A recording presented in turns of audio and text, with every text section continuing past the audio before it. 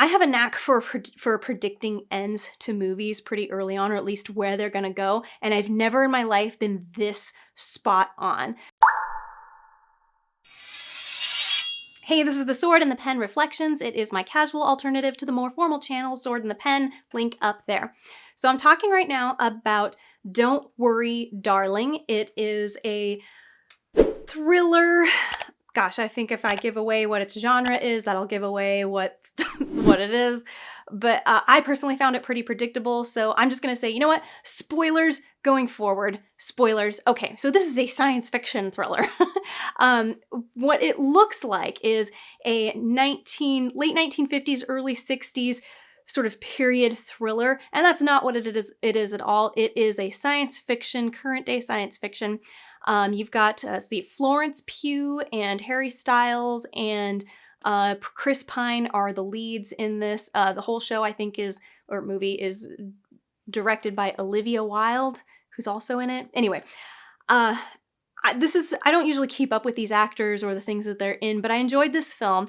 It was exciting and interesting to watch. I didn't think it was anything super special, but it was well made. It was well acted. It was very well filmed. The music was creepy. Like, they did a good job with these things. But I have a knack for predicting ends to movies pretty early on, or at least where they're gonna go, and I've never in my life been this spot on. But 4.5 minutes in, there is a scene where our main character, she's leading her husband out to the car, and all the women are leading their men out to the cars, and then the men all together in a row drive away from home. And I paused it there and I said, guys, this place is not real. It's either the Matrix or it is the Truman Show. And what's gonna happen is this lead girl, she is gonna end up running barefoot through the desert, all bloody and disgusting and, dirty and sweaty, and probably wearing a negligee in order to get out of here. And that's exactly what happened, with the exception of the negligee. That was the only thing that I got wrong. So what you've got is she and the women there don't know what's going on. They just think that, we live this fantastic, great life, and our men have a top secret job. We're not allowed to know what they do.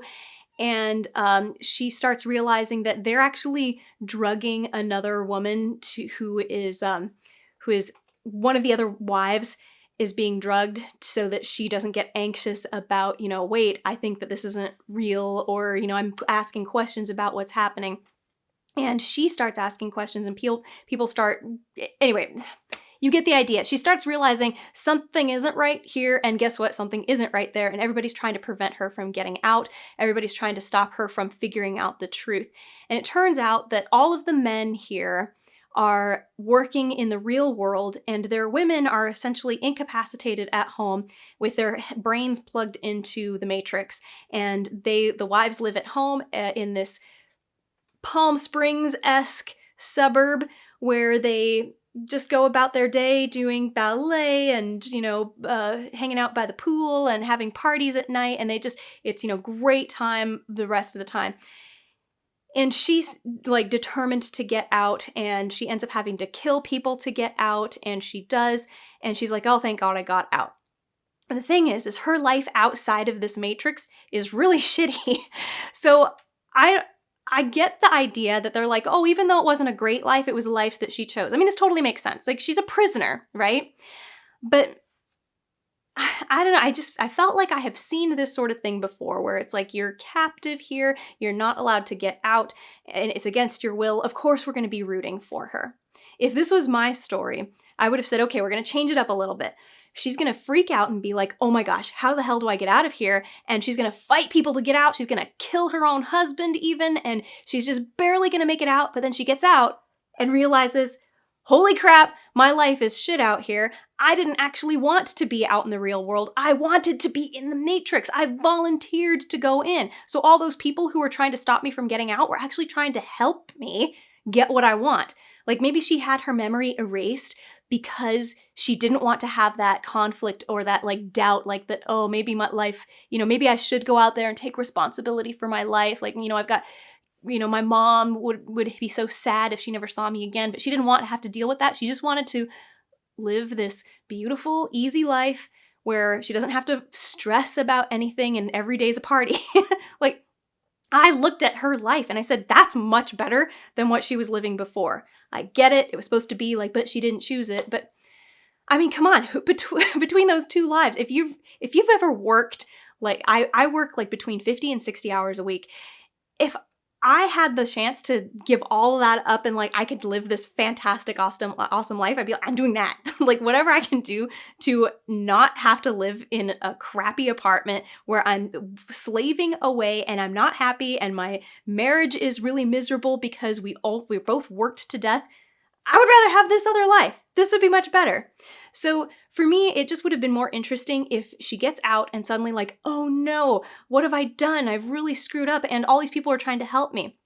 And maybe she gets out and she can't get back in because the only way for you to get plugged back in is like you know what, we have to erase your memory again, but doing it twice is too, like it'll cause a brain damage or something. Like, so now she's not allowed back in, but she regrets when she gets out. That's what I would have done. I think it would have been really interesting. It was still great. Don't get me wrong. I really enjoyed this film, thought it was good. It's probably not one I'll watch a second time though.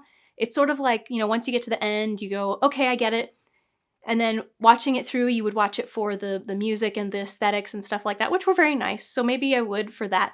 But you know, the jig is up. We know what's going on, and we know how it ends.